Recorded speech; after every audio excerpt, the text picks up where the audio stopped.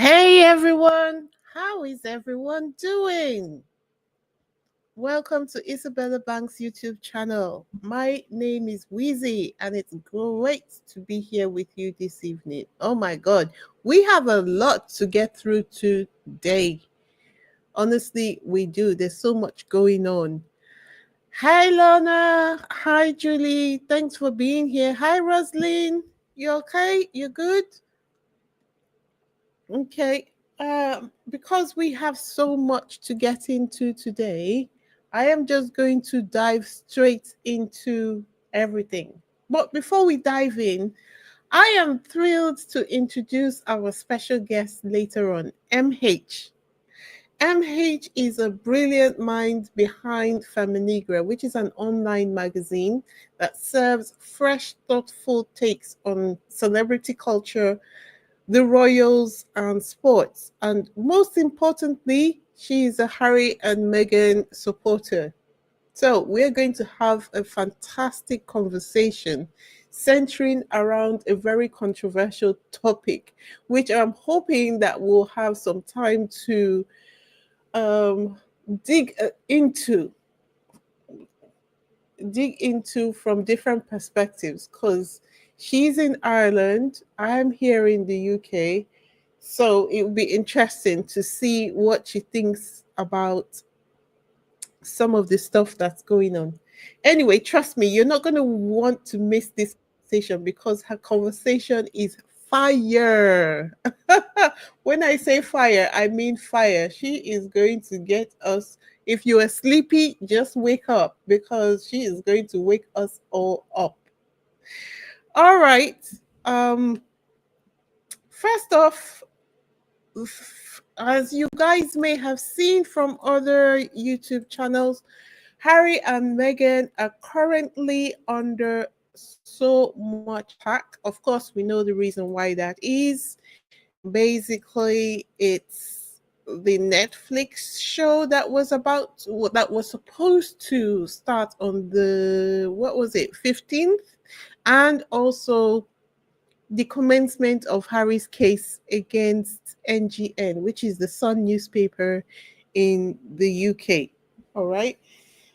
They were hoping for a Hail Mary, a last minute settlement, but that has not happened. We haven't heard anything relating to that. So the case undoubtedly is going to be starting tomorrow, and they are doing everything they can. They are throwing everything at it, including the kitchen sink. And let's talk about it, shall we? Let's talk about what they are talking about so that we know how to stand up and defend Harry and Meghan. First up, we have the Daily Mail at it again, and so quelle surprise! Quelle surprise! They have decided that they're going to be attacking the Meghan's Netflix show. Um, they have, as you can see here on the screen, it says, let's get this up. This time, Harry and Meghan critic Richard Fitzwilliam is leading the charge. Based on nothing more than the trailer, Fitzwilliam described the Meghan's show as superficial and silly, claiming it's more kindergarten than compelling TV. He even had the audacity to say it's aimed at stay-at-home moms and wondered if they'd even stick with it. I mean, this is the same Richard Fitzwilliam who was one of those people who were caught by those comedians giving a review on, was it the Oprah interview? Before the Oprah interview even aired, they had prepared a video with some comedians who paid them, I think it was £300 a piece, to give their opinions on what the Oprah interview was going to be like. Um, Among the Sussex squad, I suppose we don't take him seriously, but because he has royal connections, anyone who helps them do their dirty work is given a platform. So he has been given a platform. And the kicker is that this campaign feels eerily similar to the Spotify drama. You guys remember? I don't think it's a coincidence that just at this time when Megan was preparing to launch the Netflix show, then they come up with this article and a few other articles that have come up being published since then. Obviously, the goal here is clear. They want Harry and Meghan out of commercial deals to weaken their financial independence in the hope that that would discourage them from proceeding further with the court cases. But that doesn't seem to be happening. It's too late for Harry to withdraw from the case, even if he wanted to at this point in time. But they're going to try to make sure that they are completely ruined, I suppose, from dealing with the case. Anyway, just when we thought that the hits couldn't get any pettier, Vanity Fair decided that they would throw their 2 cents in. They swooped in today with a scathing article about Harry and Meghan, rehashing those unfounded bullying allegations. Okay. Uh, it seems like Megan deciding to postpone her show did them a lot of damage because they had planned, it seems like they had planned all these hit pieces in anticipation of her show. But then Megan decided that she would value her sense of community over the drive for commercial gain. And so they had no choice because, they write their articles in advance, right? When they know the dates of certain things. That's why I almost wish that Megan would just release her show or their projects without actually releasing a date. But I suppose because it relies on more than one person, so they have to schedule it and then announce the show to drum up some buzz for the show. But otherwise, it would have been preferable to just drop whatever they're dropping, just the way Beyonce does. But I think they have to rely on a lot of people for the production, so they can't do that. This is an excerpt from the article. This says, this is an excerpt from the Vanity Fair article. And I just want to read you the little bit where they talk about the bullying. It was such an egregious article, but I think it's important not to shy away from some of what these people talk about so that we know how to defend and move in the social media spaces. So I'll just read really quickly. He says the person who worked in media projects read stories in the tabloids about Meghan bullying palace aides and couldn't imagine such behavior actually happened. After working with her, though, this person realized, oh, any given Tuesday this happened. While it beggars belief that Meghan actually shouted at a palace aide, as has been reported, a person who interacted with her professionally says, you can be yelled at even if someone doesn't raise their voice. It's funny that people don't differentiate between the energy of being yelled at and literally someone screaming at you. So, did she yell or did she not yell? What exactly are you saying? You know what I mean? Like, did she yell or did she not yell? Anyway, two sources say a colleague with ties to archetypes took a leave of absence after working on 3 episodes and left Gimlet altogether, which I think is the production company.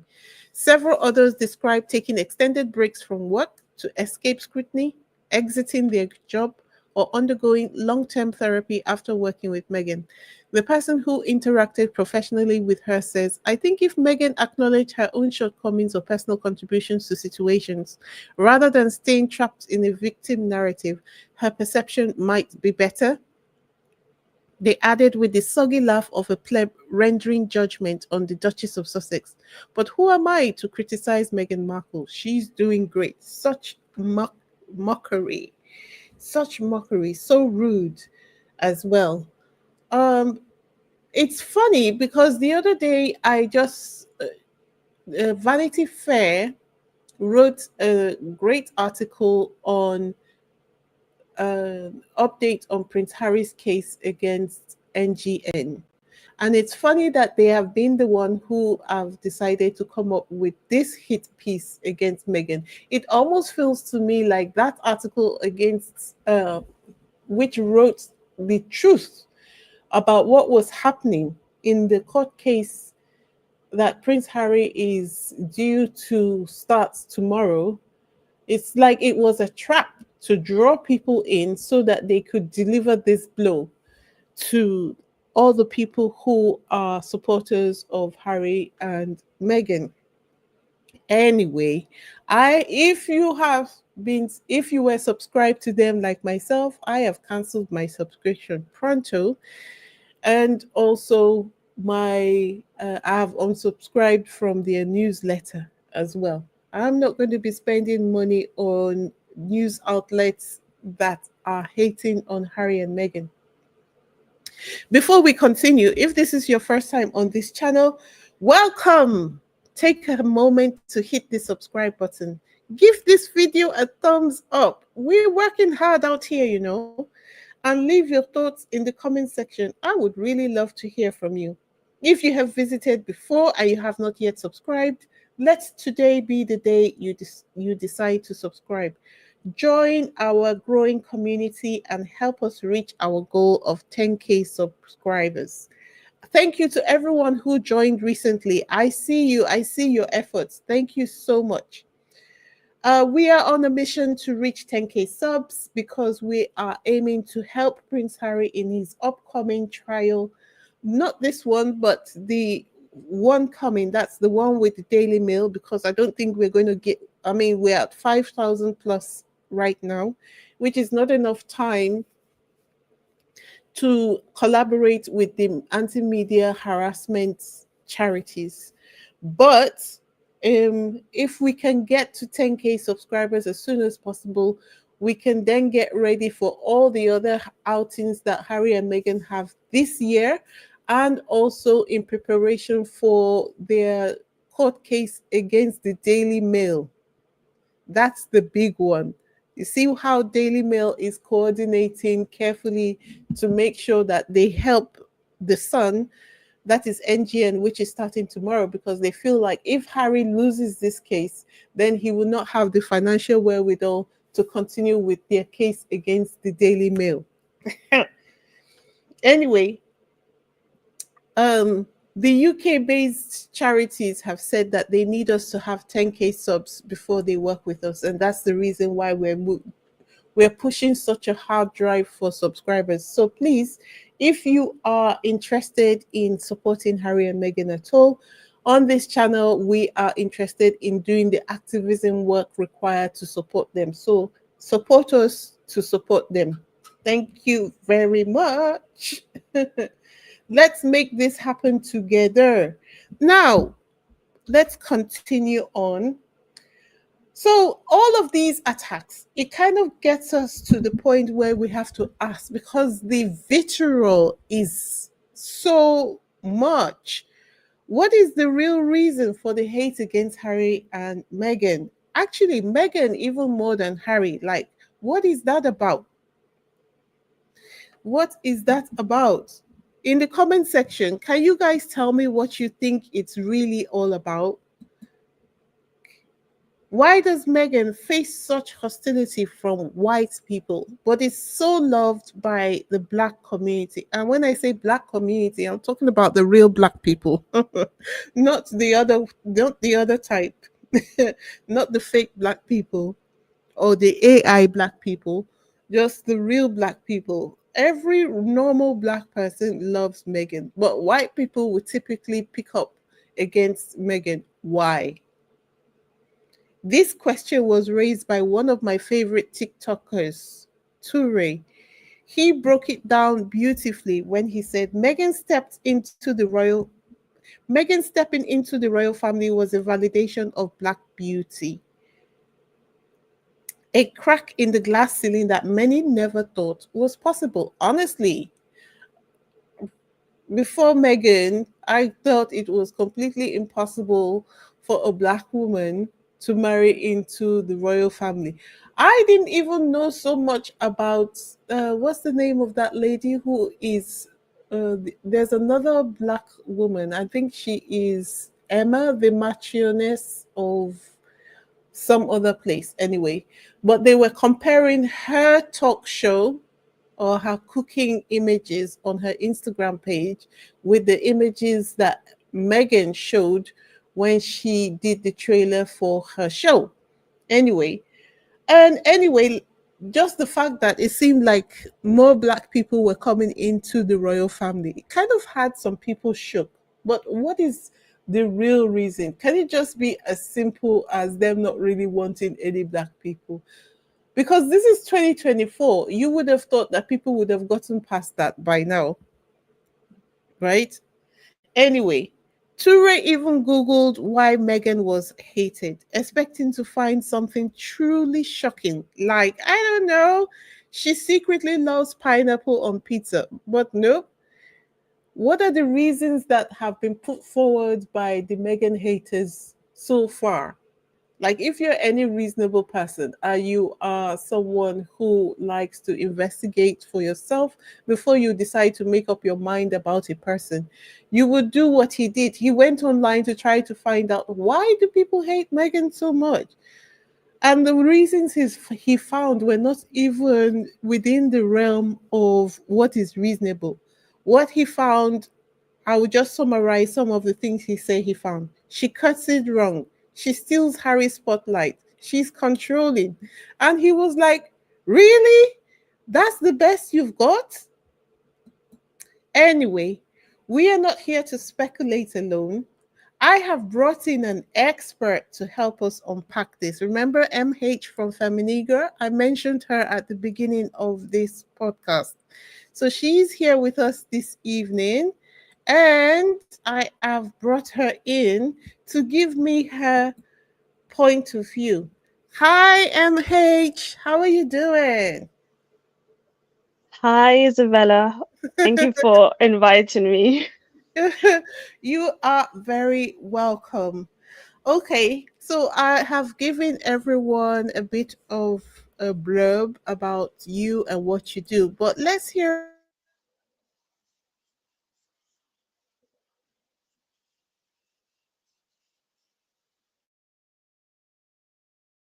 is it that you do? Let's hear it from you, Feminegra. What is it? What does it do? Okay, so I'm a writer for Feminegra, and Feminegra is a website, a hopefully a platform where we basically represent blackness, especially Mm-hmm. black women, people of color, where especially where they face discrimination in the media. And we hope to kind of remove the misinformation and educate people, Yeah. and particularly why we are so I would say concerned with what's going on with Megan is Mm-hmm. that she has been unfairly treated. So we do a lot of articles about her trying to, you know, educate people and to, remove the misinformation that is being perpetrated against her by powerful institutions such as the British media. And now, from the Vanity Fair article, it seems that um, this nastiness is now spreading, Mm-hmm. and it has real world effects because if Mm-hmm. they can attack someone like Megan, they can attack people like us. So we aim to just kind of educate people, and especially give a voice, because all the stuff that's been happening to Megan and Harry, it's going to be recorded in history. Yeah. And it's very important that, there is different voices that are advocating for them and that are telling the truth, because we know that what is being put out there is not the truth, it's distortion, it's a smear campaign, it's to discredit Harry, it's to discredit Meghan. And it's so important that people like them have the opportunity to advocate for themselves and to showcase their own narratives, their own truths, and not have other people who have no dealings with them dictate the truth, because it does have real world effects. So that's what we try to do. Meghan and Harry are one of our cases, but there are plenty of other cases that we also discuss, especially Yeah. when it pertains to Black women Yeah. and people of color. Yeah. So that's a short snippet. Yeah.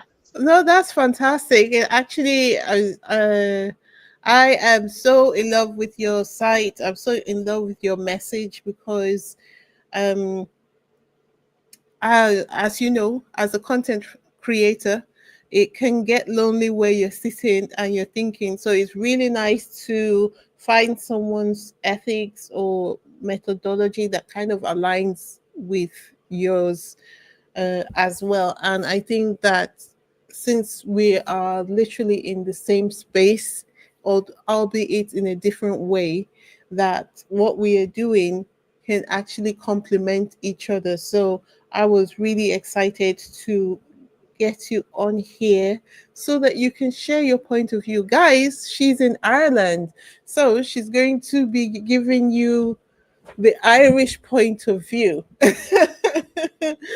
So let's get to the heart of it, shall we? So if you can just like first of all briefly just tell me, why do you think white women, especially in the UK, before you answer that question, I actually have to address a comment that one of my moderators has made. Julie says, I'm not a black people. I watched Suits for years and just liked her and the other actors. I didn't even know she was mixed race. Hello, Julie. In case you're not aware, although you're a white woman, but you're black now, don't you know? We have adopted you. You're black now. So forget your color, you're black, okay? Okay, so just going back to the question, why do you think it is that, okay, just going by the people who write the articles against Harry and Meghan, but more especially Meghan, like people like Camilla Tominey, who is having a field day on Twitter right now because of the article that Vanity Fair wrote. Uh, all the other women, aside from what you call her that looks like a beetle or a cockroach, what's her name on GB News? Oh gosh, I forgot her name at the wrong time as well. But yeah, that black woman on GB News who really hates Harry and Meghan. The very few of them who do, but it's almost like they use them as mouthpieces to be able to say what they couldn't say without being accused of being racist. But why do you think it is? Because Meghan Uh, hasn't actually said anything out in public for how many years? Absolutely. Well, I was having this discussion with one of our writers in the States, and she believes is that Meghan basically showed the royal family in terms of she came into the royal family already a successful woman in her own right, beautiful, glamorous. I mean, she had a well clean and reliable and hardworking reputation. Yeah, And when you look at the royal family, apart from Prince Harry, do they do they scream that they're hardworking? Do they have accomplishments? I mean, I hate to make the comparison, but if you compare her to Kate, who waited 10 years to get married yeah, and who had no career, that made a lot of people, she made a lot of people look bad by just her just existing. And even if you look at the fact that, let's look at Kate, she had to wait 10 years to get the wedding ring. She had to mold herself to William's liking for yeah, 10 years. And then here comes Meghan. I think it was almost like just over a year. And Prince Harry is already saying, listen, you're going to be the wife. You're going to be the mother of my children. So I think she showed a lot of people um about what a woman can be and what an independent woman can be and still get the ring. She doesn't have to play that traditional game, even though I think Meghan is kind of like a traditional gummy. She cooks for Harry, I'm sure she cleans for Harry, but Mm, she's still an accomplished and successful woman in her own right. yeah, So I think it's that, and I think because she showed the royal family, a lot of people who see themselves in the royal family were offended. yeah, They were also offended. So I think that has had a lot to contributed to it, because yeah, and then if you look at somebody like, I know you mentioned Camilla Tominey, yeah, who's had this vendetta against Meghan. you yeah, know One of the articles she wrote when Meghan was living in the royal family, when she did the Vogue editorial, yeah, Camilla Tominey was like, "Oh, she's racist against white women because she only had, I think, 2 or 3 white women on the cover." yeah, So I think that there's some women like Camilla who are upset that there's a woman like Meghan isn't who has this kind of position, whereas that position is, majority of the time reserved for people like a Kate or and above. So right, they're right. upset. Some people Yeah. are upset. Okay, that's an interesting point of view. But while you were talking, uh, I'm just, I told you this is going to be a challenge because you're so interesting to talk to, honestly. But just looking at it, you know that there are different types of women. And Hmm. if you're not observant, really, as you're growing older, you never realize that actually there's a basic type of woman, and then there's, that girl type of woman. So do you know what I mean by that girl? Like that feminine woman who is still able to get stuff done, but she doesn't shift out of her femininity to do it. Hmm. She's able to get what she wants using her femininity, but without being vulgar about Yes. it. And I think, do you think, would I be correct if I said that Megan was that type of girl? Like she's a very feminine woman, but she's still very a boss babe type of woman. I think Megan is, when we think about femininity Yeah, and modernity, if that's a yeah, word, yeah, I think that's what Megan is. She's a modern woman, but she's still very feminine. yeah, And she's also like, she cooks, she loves to cook. Some yeah, women, like, I don't know about you, but when I work, I come back from work, I'm too tired to cook. I only cook like on the weekends. yeah. But I kind of get the impression that Megan, she's somebody who cooks. Like, Harry put on weight. Like, he looks He healthy. did. Like, she's Yeah, he somebody. was developing a pot belly at one point. Yeah, like you can tell that she is very nutrition, like she's about nutrition, she's about that lifestyle. And she's a lifestyle kind of girly, and that's okay. And I think some people, again, people like a Camilla Tominey, they don't like to see that, especially when it comes from a woman of color. Like, Yeah, they think that is only reserved for a certain type of woman, and is not a person of color, especially an American. yeah, So I think that's what's so offensive. And I've been seeing this a lot when you see people of color, kind of, I don't know, embrace their femininity, because usually they want, people of color, especially black women, to occupy this kind of masculine, yeah, aggressive stereotype. I think it's very much a shock to see someone like a Megan in that space, and they're just kind of like, that's not what we're used to, that is not what. And that is why I think that this smear campaign, they are trying to make her the villain. They're trying to make her this somebody who's a bully, when she's been working, she's had a whole career, and she's never had an issue, she's never had a complaint. mhm, So I don't know, I just feel like they just, somebody like Megan upsets the status quo, and they yeah, can't have that, so they have to rewrite the narrative and mhm. say she's this villain who bullies other women. All right. So, do you think it's just racism, or do you think we need to talk about unconscious bias? I think it's some parts of it is racism, but some parts of it is unconscious bias. Because I will be honest with you, Mm, even some black people are unconsciously biased against Megan.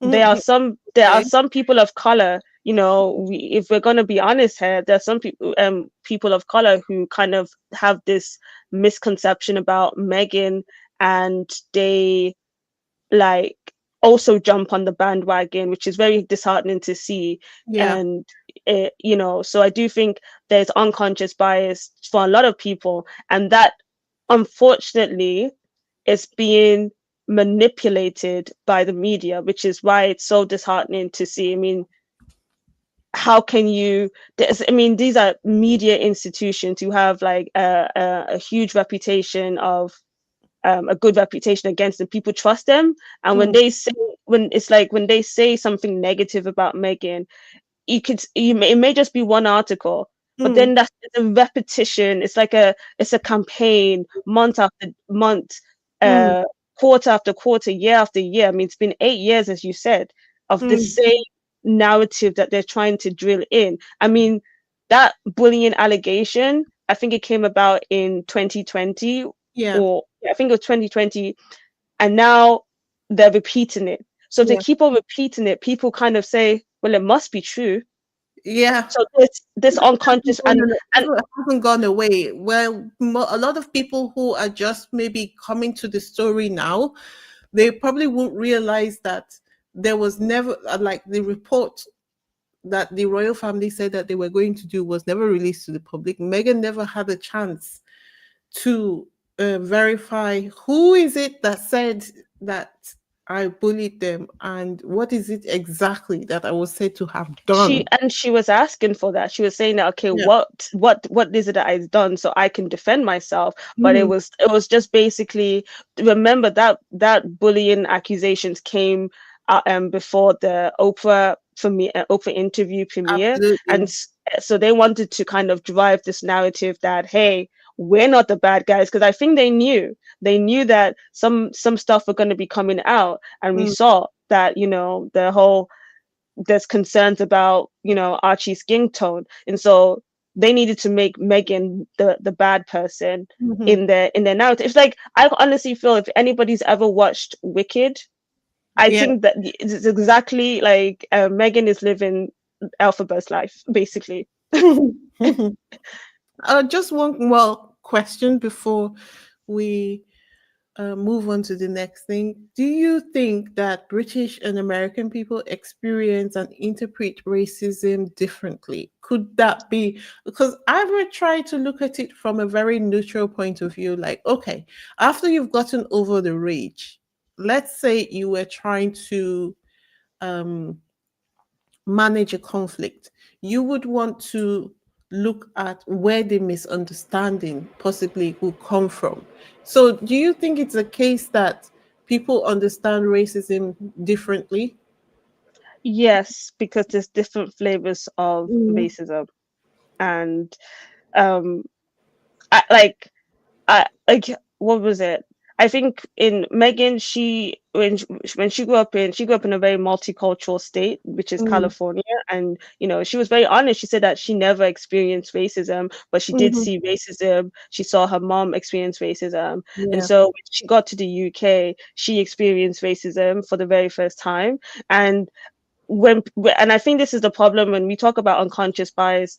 Some people, what both black and white, they see racism as, you know people hurling like The N word. profanities. Yeah. Yeah, exactly. Like, they say all this, very hurtful thing. That's what they see as racism.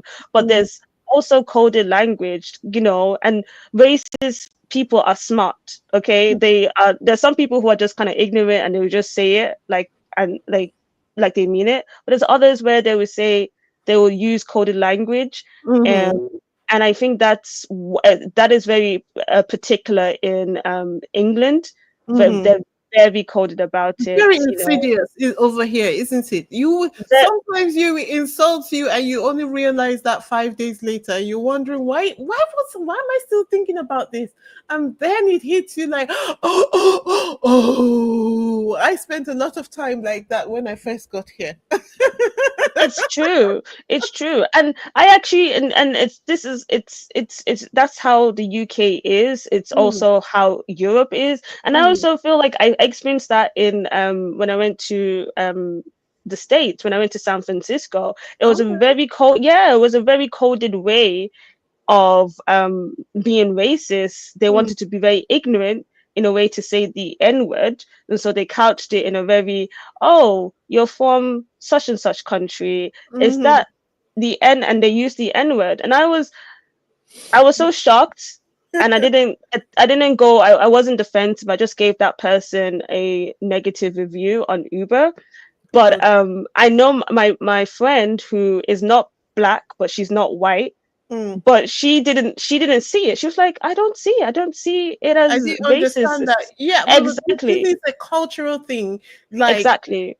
when you hear people say certain words, you immediately get it because you know from your culture how people who are not from your culture and want to be insulting would typically refer to you.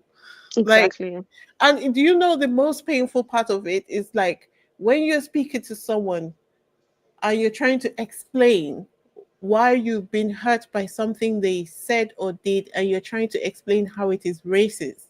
The most painful thing to me is that at that moment when you're trying to explain, it's like all the examples of what happened completely fly away from your mind. I don't know whether it's the emotional overwhelm at that moment. Yeah, no, I was very emotional. I was really upset because I was Yeah. like, she didn't understand it.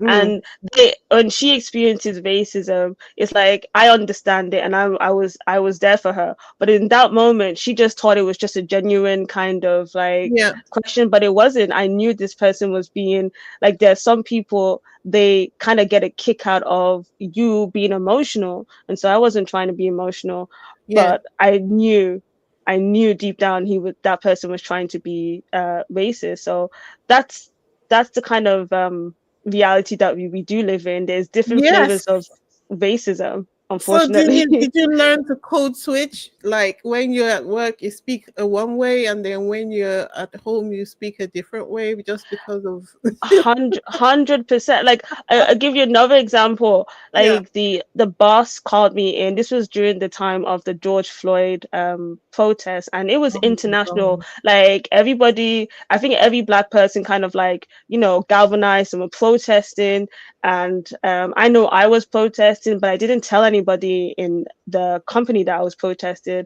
Yeah. But the CEO, who was very friendly with me, he called me into his office and he was like, "Oh, it's very bad what happened to that man." But he says all lives matter, and I'm like, "Why did you call me in the office to say To all tell lives me this, matter?" like leave me Exactly. alone. And this man would say to himself that he is not racist, and I don't think he is. He's a very nice guy, but to him, he sees it from a different point of view. And but for me, I was like, he was being unconsciously biased there because it wasn't about Yes. all lives. In that moment, it was about black people advocating to not be, you know, unalived on the Yeah. streets, Yeah. unjustly.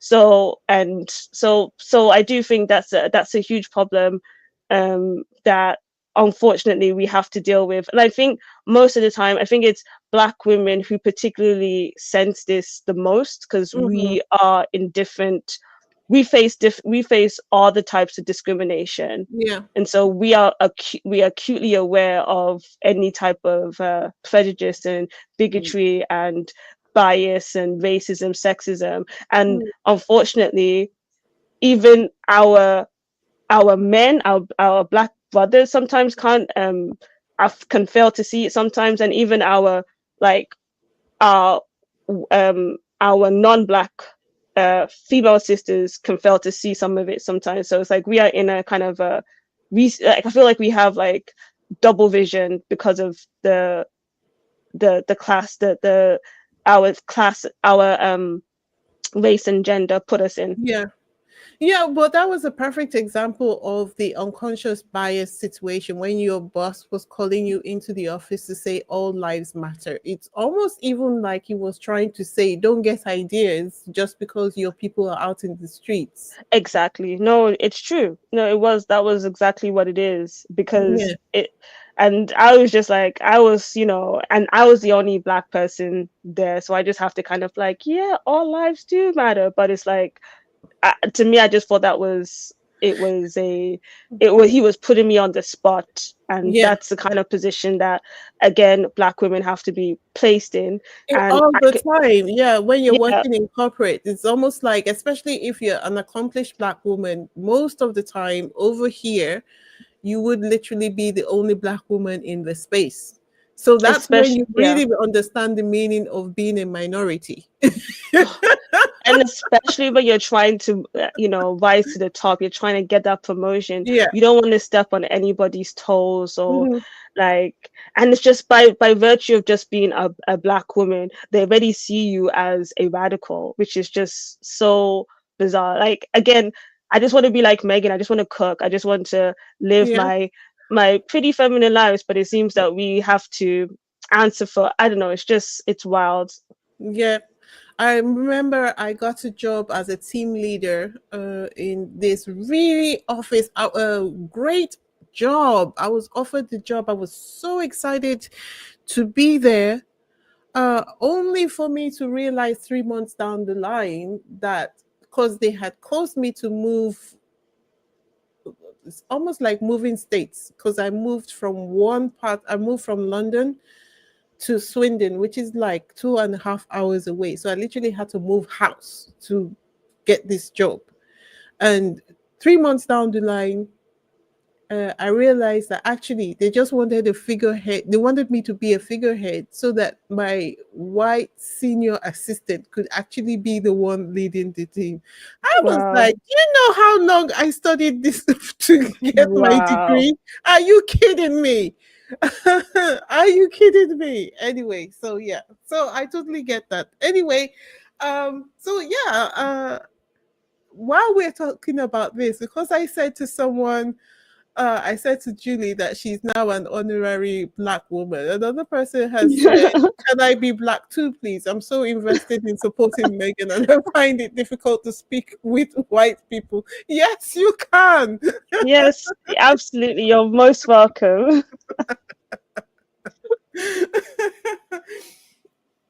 um, so yeah, so And the main thing, yeah, go on. no, I was just gonna say, and it's really sad because it's like like when she said she finds it difficult to speak to about it with white people. Yeah. I do think some white people are kind of programmed to hate Megan, to see Megan Mm, as the enemy. Like, I would never forget um somebody in HR telling me that, well, it was because um of Megan that the Queen died. And I just looked at this person like, did they just lose their mind? But like, they literally have been programmed to see yeah. Megan as the bad person. Never Mhm. mind that Megan wasn't even in the country, and she Agree. wasn't even living in the country when the Mm, Queen died. But mm. Megan is the bad person So for them. do you reckon? But there's really nothing we can do about educating them because they flock over to the channels that spew out the lies, and they totally ignore the channels like my one that discusses that digs to see what's actually happening behind the scenes. Like most of the time, for instance, a perfect example is the reporting on Harry's court case.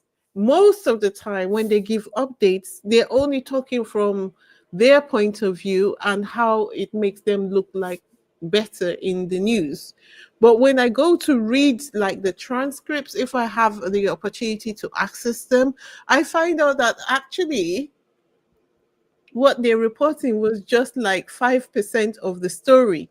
And most of the time, Harry has actually been doing very well in the court battle because, the battle happens even before the trial begins in the exchange of documentation, and he has been handling everything very smartly. But you would never know it from the way the, especially Daily Mail. And I used to believe that the Guardian was independent, but it looks like whoever was keeping things neutral over there has been overwhelmed by the pressure to join in on the pylon on Harry, especially. They used to report neutrally on the case, but they don't anymore. Anyway, um, uh, it's just really a shame that this is what has happened. But this is the reason why I started this channel, so that we could actually do what we can online to support Harry and Meghan's movement. Okay, so and I'm just going and to, yeah, go on. I was just gonna say I'm so grateful for channels like yours because we do need that. I don't know. I know all the listeners here. You're on YouTube, Mm, and I'm sure you've come across some of these negative channels, and it's just really sad because the legacy media, they also have YouTube channels, and they yeah. can be quite nasty Hmm. to the Sussexes, and they report on misinformation. Mm, And if you go in to just type in Megan's name, it's either they come up or like these troll accounts yeah. that are amassing thousands upon thousands of views. And Mm, it's just really sad that um they dominate it, but I'm grateful for channels like yours, Isabella, because we need more channels like this to kind of get real estate to push back against the narrative. yeah. Yeah, and we're hoping to grow to the point where we can topple them and take the top positions on YouTube. That is my goal. And I know I, that there is a way to do it because I spoke to an SEO expert, and he says it is SEO manipulation that gets them the top spots. But we need to, anyway, we will get there. It's just a matter of time to do it. So we're already at 47 minutes, so I'm just going to move on to the next thing. Okay. mhm. Um, so finally, in the lead up to Harry's case, we know that they're only going to get nastier. So guys, brace yourselves and don't get overwhelmed or unhappy when you see the headlines. But before we conclude the interview altogether, what do you think? Do you have any suggestions on what we can do to push back against these kind of hit pieces like the ones that Vanity Fair wrote today? How do we as supporters rally around Harry and Meghan in this moment? Well, I don't think you should support like what she did. Don't support Vanity Fair. And I'm actually thinking we shouldn't be supporting any of these big accounts because I do think there's a concerted effort now with Mm, this legacy media to kind of smear and destroy the Sussexes, mm, just not just because Harry and Meghan left the royal family, but because Prince Harry is taking on the media, sorry. God. and that is why they're attacking him. Mm, And mainly Meghan. You know, I personally feel like they attack Meghan more to get at Harry yeah, because Harry's still a member of the royal family in their eyes. You know, he yeah, is blood, whereas Meghan, she's an easy target, and so yeah, that is why, yes, like what Mary Christine Michael said, only independent, unbiased media, and Byline is a top, I think, really really good because they expose the traditional media outlets. But I think we just need to be very mindful and not to help these articles rank because but even I don't even think they need us because they already have a the huge numbers. market. Yeah, they have Mm, a huge market and unbiased people who are susceptible to their propaganda. So I just think we need to support the unbiased channels like yours mm. because that helps with the algorithm as well. Mm-hmm. Uh, so that would mean in the coming weeks that I'm going to be sharing. Byline Times has said that they're going to be sharing the news on Harry's case. So we need to do what we can to amplify whatever it is that they come up with as much as possible so that they can see the benefit of actually doing that. Yes, Yeah. absolutely, definitely. I definitely agree. Mm. Okay. Um, but let's zoom out for a moment. So we all knew that the smear campaign against Harry and Meghan would ramp up ahead of the court case, and here we are. But I still believe that the right thing to do is to hold on to the goal of filing that petition at the UN. Some people have said, oh, the UN are not going to stop the media. It's only advisory. But the thing is that it is one more authoritative thing that can be put on the pile of documents and evidence to be given to cause things to stop happening, like to cause the media to stop eventually when they get to the point where the argument is being made, maybe at the Supreme Court or something. Then we can say, see, this matter was even taken to the UN, and the UN is in support because they know Yes, that the UN would verify all the information that was brought before them. They would just randomly be supporting someone because they're being emotional about a particular topic or person. So it's just like how when they were campaigning for the ceasefire in Israel, and those lawyers from Kenya came in and filed the suit against Israel at the UN floor. And although they won the case, that Israel did not stop immediately. But where are we today? They have decided that the ceasefire is going to happen. I don't know whether the ceasefire has taken effect yet, but I know that they said they have gotten the agreement. And it wasn't just one thing that happened that brought that about, it's a series of things, that has led yes, to that. And one of the series of things that happened was that they got the UN to agree with them, which they then used to their advantage when they were arguing for the ceasefire. So that's why I'm doubling down on the intention to file this petition, because we need to address the media harassment head on. And this mission requires all of us. So, you guys know, as I've said before, that because the part of the journey towards filing the petition at the UN is that we need to collaborate with UK-based charities, the anti-media harassment and anti-bullying charities, and get them to campaign. And then we take the results of that campaign as evidence to add to our bundle, which we are going to be taking to the UN. These charities have said they will only work with platforms that have a minimum of 10K subs. So this is why I am looking for 10K subs. The other thing that I need is 1,000 channel members.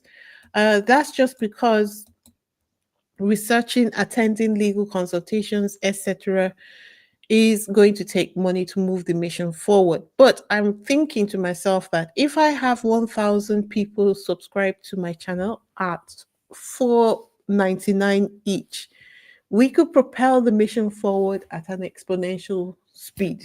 Okay. So, Mods, please, can you drop the link to my channel membership in the chat? If you are minded to do so, please join the efforts, okay? And join our channel membership.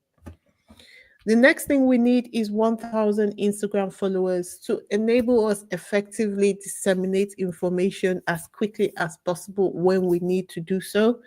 This will boost our ability to influence the undecided, maybe, and rally more supporters to join our cause. And when we need to get information out quickly about what we're doing, it'll be easy to do so because we've got the platform to do it. If you can follow Beyonce, you can follow my page. Okay. This movement has not achieved its goal because we are not working together as a coordinated unit, unlike the derangers. I hate to make the comparison, but it's just really true. These people move like a disciplined unit in support of each other to achieve their objectives against Harry and Meghan. Whereas the Sussex squad, it's almost like we major in the minor. Like I could say something, and out of everything that I said, you would just focus on one little irrelevant thing that makes no meaning to the message that I'm trying to share. Rather than looking at the bigger picture, you focus on the little itty bitty mistakes that I make along the way. Can we leave that behind in 2024? We're in 2025 now, and we really need to do something to make sure that they don't put off the light of Harry and Meghan. So, subscribe if you haven't subscribed. If you can afford to do so, it's not going to be a waste.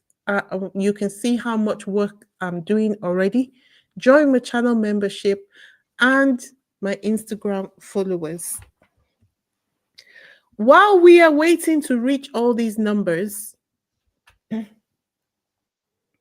while we're waiting to reach all these numbers, which will enable us collaborate with the anti-media harassment and anti-bullying charities, let us show love to creators who are fighting the good fight, like Feminegra here, who has kindly come on to have this conversation with us this evening.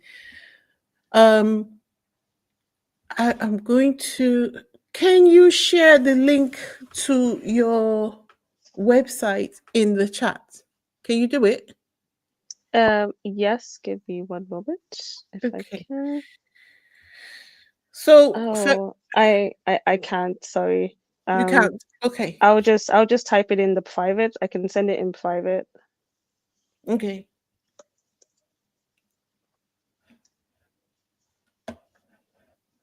Okay. Yes. Thank you so much for joining me this evening. No And problem. remember, everyone watching, the Sussex squad is strong because we support each other. If you have noticed, this need to get off Twitter has kind of decentralized us. So it's like we're scattered all over the place, and our collective force has been weakened somewhat because we're not all together in the same place. We need to figure something out that brings us all together. But I would think about it and come up with a solution anyway. But what I just want to encourage all of us is not to let the bad news that's going to be coming over the next few days to get you down. Just keep fighting the good fight and don't let the negativity get to you. Okay. Uh Private chat. Okay. Um, let's see if it will let me copy it. It didn't. Let's see. All right. I'm just trying to get the. Let me see. Just a circle. Oh, fantastic! It was right there. Right. Okay. Cool. So I am dropping Feminegra's website URL in the chat. Please, since we know that she is a supporter of Harry and Meghan, let us storm her website and join her newsletter. Join her newsletter so that we can give her the engagement she needs to expand her reach. If the only way Vanity Fair, Daily Mail expanded their reach is because their supporters supported them, let us support those people who are supporting Harry and Meghan. It's really a very simple thing, and it's not expensive at all. It's free 99.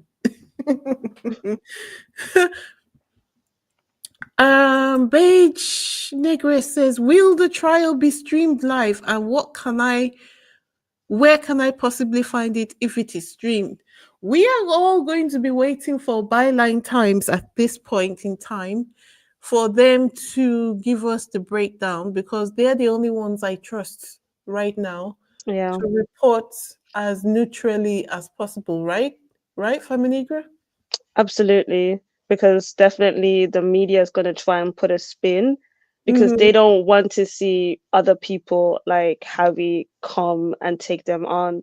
So that is why I think the Vanity Fair, put out that hit is to it's intimidation, you Mm, know, step down because I think it's only Harry now who is fighting. All the other um victims have kind of like settled.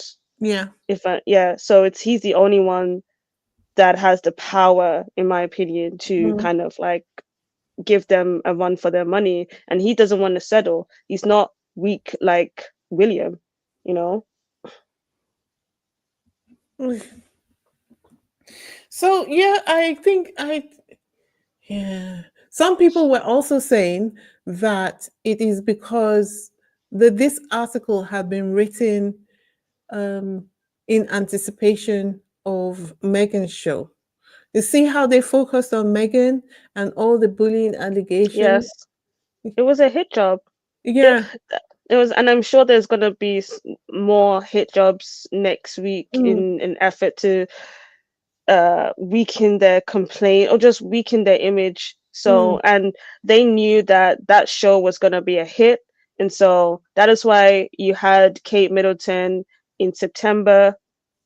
She said she was cancer free. Now, on the eve of Megan's show, mm. she's in remission. Exactly. That was just to still spotlight. And Mm, then, she goes to the hospital to, get to give thanks for getting the treatment there. But questions are now being raised that first and foremost, apparently she didn't go to that same hospital. So no. it's like I don't want to I mean allegedly, as Wendy Williams would say, allegedly. Allegedly, allegedly, allegedly. So I mean, it's definitely. I mean, they always cry about Meghan and Harry stealing the monarchy's Mm, attention, but that's them. They can't. I don't know what it is, but they cannot have Meghan.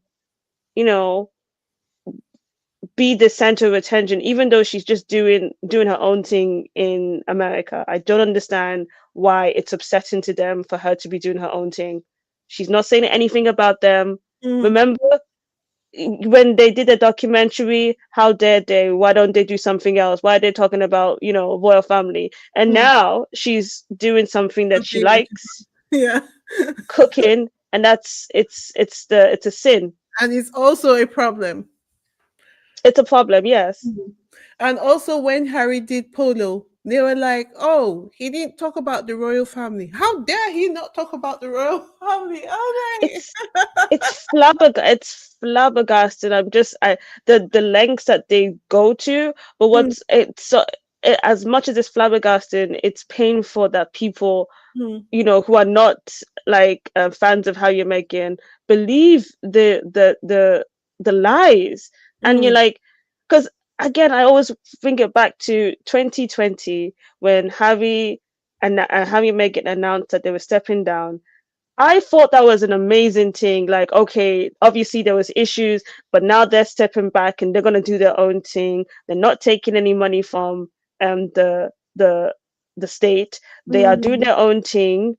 Um, they're no longer gonna be. It's no longer an issue. They're not gonna be taking the attention from the monarch. So mm. this is great.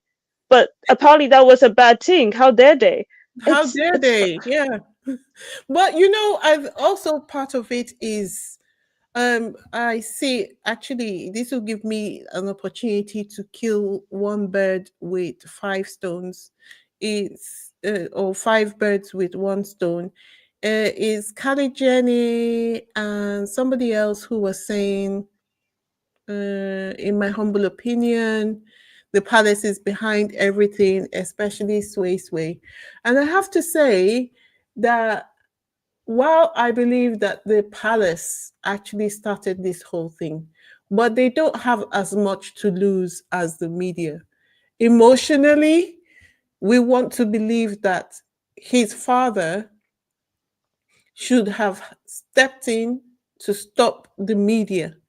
But the royal family don't operate like a normal family. We have already established that. And this is not an emotional fight anymore. The media, the media stand to lose their entire industry. That's one. They stand to lose their grip on all the politicians who are in their pockets, not to talk about the celebrities who are in their pockets. And there is every possibility that this case, taking Murdoch down, would actually threaten some societies that are behind the scenes holding people's lives. Like when I hear people say this is about the royal family, I almost want to make that crude joke of a man who was trying to make love to a woman in the dark, and he kept poking something and she kept screaming, wrong hole, wrong hole, wrong hole. Because you're not taking, it's either you're not looking at what is really happening in terms of the threat Harry is facing in his court case against the media, when you keep on focusing on the royal family. The royal family are there, but their threat, Harry can handle them. He's a military man. He can handle them like nothing. But the threat becomes more difficult because the media are involved, and the media are they are invested in making sure that this case does not proceed. And now that they've not been able to get Harry to withdraw the case, they have been putting pressure, yes, on the royal family to get Harry to withdraw the case. If you're calling the royal family into this conversation still at that point, I would say that's the point at which you will bring them in, because if you say that the media have so much to lose, the royal family also have a little bit to lose, in the sense that the media have non-doubtedly, allegedly, have stuff on the royal family, right? So it's all going to come out in the trial. Whatever it is, like, remember in the last update, I told you that the court granted Harry the right to access the royal family's emails with the Sun. So everything they discussed and the cover up is going to be exposed in the early stages. Like it's all going to start being exposed from when the trial begins, and the rest of it is just going to be then um cross-examination of the witnesses. Harry has over 100 Feminegra. Do you know that? I can imagine. Like Harry, but we forget that this fight has been ongoing since Harry was like a teen. Like he's had Yeah. a vendetta against the media, and they know this. They know that he because they've done some. It's not like people. This is what really frustrates me about this whole situation is people just pin the blame again on Meghan. Harry's had beef with the media since he was a teen, and like there was one interview where he was like he takes down the reporters' names when they write articles, when they write lies Yeah. about him. So this has been a long time coming. Remember, he and William also had a pact when they were after their mom died that they wouldn't, put stories out. They wouldn't sell it. They wouldn't Against like each other they in the yeah, they media. would exactly. And William betrayed him. So for Harry, this has been a long time coming, and it's more the press has ruined his life. I mean, this man, left he left his family, the royal family, to go into the military, and he was in the military for 10 years. Yeah. Who destroyed that career? The Yeah. media. They exposed him, and they put his life and his comrades at risk. Yeah. The media has had it coming, in my opinion, and they that's why they've been bullying him, and that's why they've been bullying Meghan. Mm. And I think it's very important that this fight happens, because I think Harry knows that if he doesn't do it, then it's going to go on towards his kids. And, Yep. he has babies to protect now, and he does not want them harassing his babies. Mhm. Oh my God, I could talk to you forever. You are so sensible. Guys, have you followed? Have you gone to subscribe to her newsletter? Please go ahead to subscribe to her newsletter. I'll put the link Thank you. her website again in the chat. All right.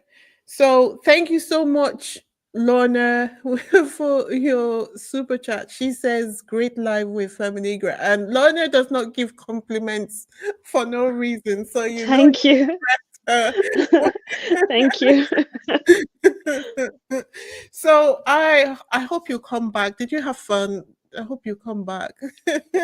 Oh no, it's amazing having this discussion, especially I feel like what you said earlier, we need to be more um strategic now, because I don't mean to be like hyperbolic when I say this, but like the enemy, Mm-hmm. they're very organized, they're Yeah, very militant, yeah, and they know how to play these digital mind games. yeah. Um, and this is not just it's not just like you see it in different industries, like in Mm, in film and media, like mm, these racist, sexist, they mount smear campaigns, digital yep. campaigns to get what they want.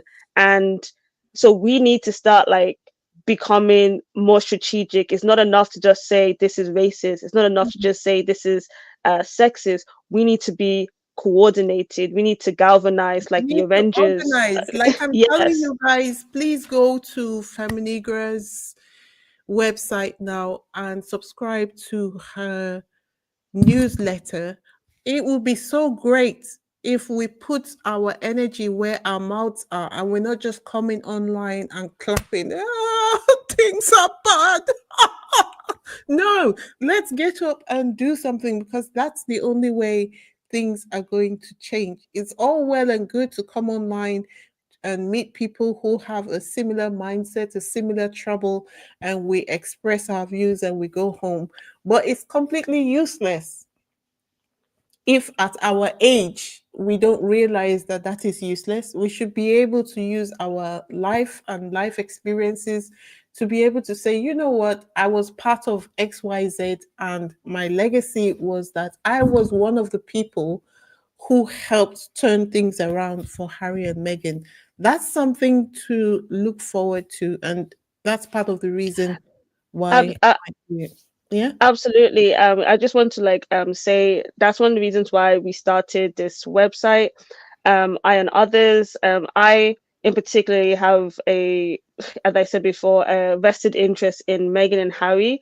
Mm, And like because I see with the media, they're not on their side, and they spread lies, and I just want to make an account. So like one of our latest articles that we did about Meghan was basically the media treatment, where it's like Meghan, she's helping her community who's gone through a horrific tragedy. yeah.